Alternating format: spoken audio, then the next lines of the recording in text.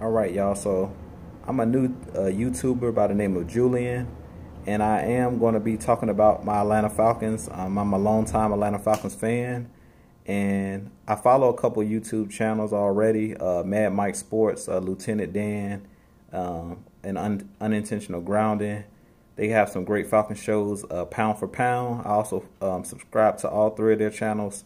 They're all great YouTubers, and I aspire to have a channel like theirs. I'm just starting out, and I really love the Falcons. Been a long time fan, as I already said. I'm going to do some breakdown. I'm going to be coming at you guys every Friday. We're going to call it Falcons Friday. Y'all see I got my Julio Jones jersey on right now. I got a bunch of jerseys, so I'm always going to be repping the team. I actually stay in Orlando, Florida. So I'm going to be coming at y'all with videos every single Friday at some point in the day. And I'm looking to grow my channel.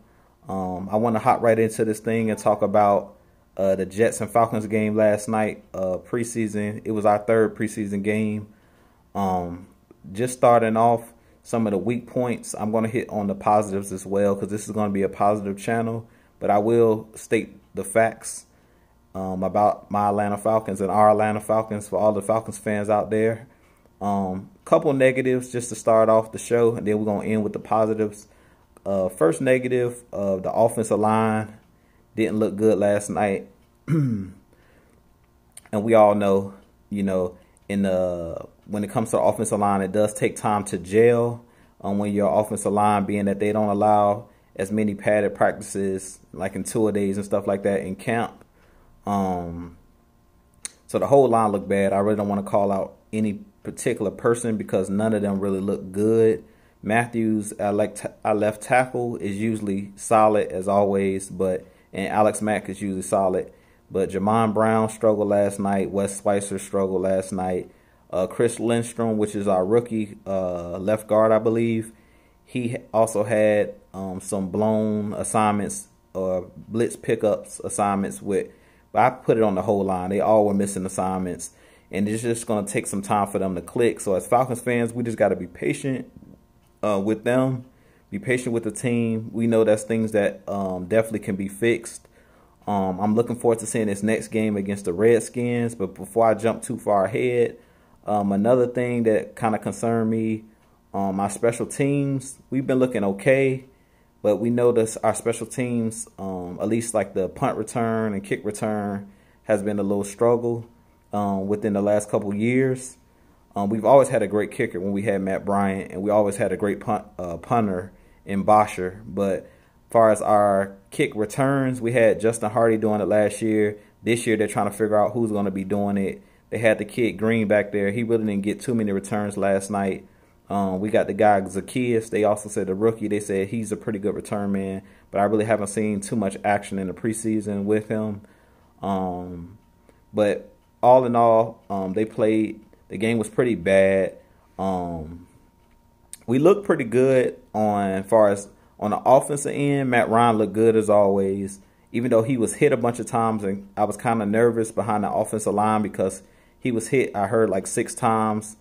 Is what they were saying on a telecast, and he had like he was sacked 3 times last night, and this is just the preseason. So we know that they're still trying to mix and match some things. A positive for the offensive line is eventually, I know we'll get back, we should be getting back Caleb McGarry, who can also play. He plays right tackle, so even though Tyson Brilo looked a little shaky, he's not like written in pen that he's going to be necessarily. He probably will be the starter because McGarry is missing all of these snaps, you know, in the preseason and things of that nature. But I think at some point in the year, McGarry is probably going to take over that position unless Sombralo plays well.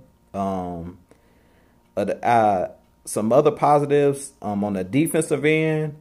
I feel like with Dan Quinn taking over the defense, we did look really positive as far as getting pressure on the quarterback and things of that nature. We've been looking good these first 3 games.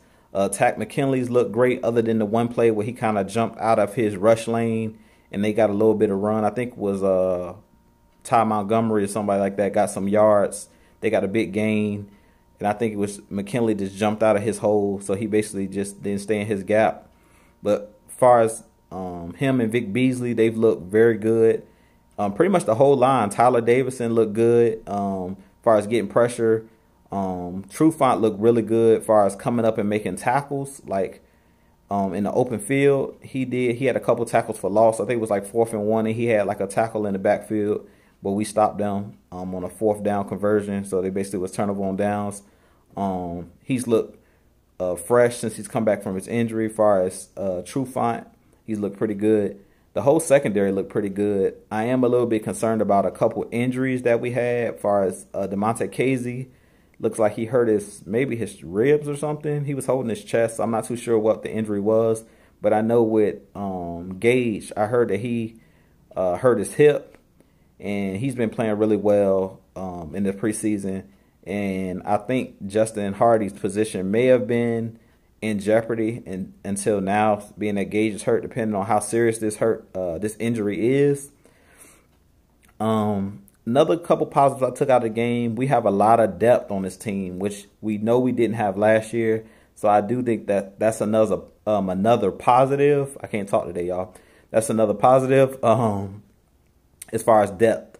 Like what I'm seeing out of the defensive line. We got Deidre Sanat, we got Crawford, we got the new guy that came on the team, Alan Bailey, in the middle, Tyler Davison, Grady Jarrett, Rashid Hageman. We got a lot of depth on the defensive line. Kaminsky, I don't think Kaminsky played last night. If he did, I really didn't see a lot out of him. But we got a lot of depth on this defensive line, which is a good thing. We also have pretty good depth at linebacker. As far as, we got Debo, Deion Jones, of course, in the middle. We got Ofoye Olakun. He also played well. He didn't play last night. We still got Devondre Campbell. Duke Riley, he's pretty much a special teamer. He hasn't really done too much. He was injured, so he ain't played much in the preseason. So I can't really judge him. I seen him last night. He made a couple tackles. But Jermaine Grace has really showed up in this preseason. I think he's going to make the 53-man roster. If he keeps up, what he's doing, he could definitely be a staple as far as the special teams, and then could be a backup like at the middle linebacker spot or the outside linebacker spot. Couple positives from the game. I mean, we deep at wide receiver. They got Gray, got Blake. All of those guys are looking pretty good. Gage just got hurt, but we got Ridley still. We got Mohamed Sanu. We still got Julio. So, man, we got a really, really good team this year. Like, we got a lot of depth this year. So, I'm really expecting great things from the Falcons this year. Like I said, I always want to end on a positive note and talk about the positives. I do really think that we have a great chance of making a deep run and being a contender for the Super Bowl this year. I just feel like we have to get things figured out for this offensive line. Sorry if y'all can see the glare off my glasses. Next time I have to take them off because I see the glare. But offensive line, we got to get that thing figured out. We still got some things we need to touch up as far as on defensive side of the ball, as far as who's going to be the backups or starters. We already pretty much know who's the starters, as far as Trufant. And on the other side, Isaiah Oliver. He's another guy, Isaiah Oliver. I like him as far as he's one of those like taller cornerbacks and got some more length than Robert Alford had. We're going to see what he does on the rest of this preseason. He still has to work on his technique as far as Isaiah Oliver, and as far as getting his head around when the ball is coming and making a play on the ball. It seems like every time he's in position, he's just not turning around, turning his head, or attempting to intercept the ball or bat the ball down. It's like most of the time when the ball comes in, he's facing the receiver like college. So, but he's step for step with the receiver, which is good news. So as long as he keeps good technique, I can see him continually getting better.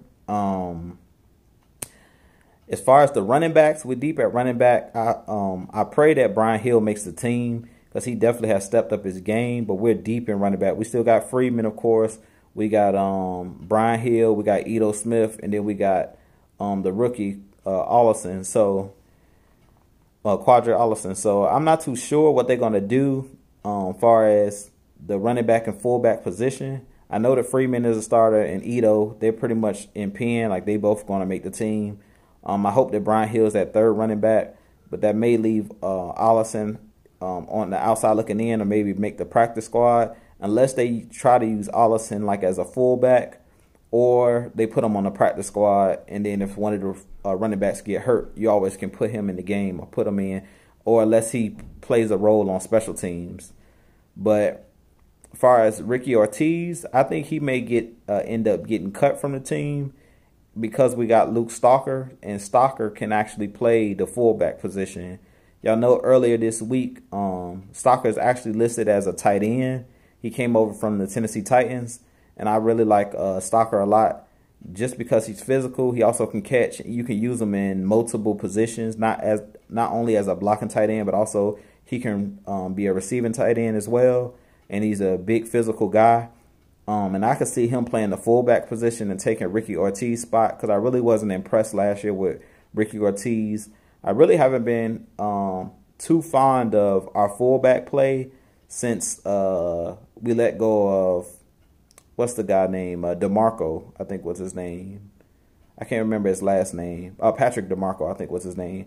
But we really haven't had too much success since he went to the Bills, and they basically like paid him good, so they kind of overpaid him, so we couldn't afford to keep him. I wish we could have kept him on the team because he was a great fullback, but since he's left the team, we really haven't solidified that fullback spot. So I would like to see Luke Stalker play that position and be like a Swiss Army knife, where you can use him as a fullback when we're like in the I formation, and also use him as a tight end, whether he's blocking or receiving.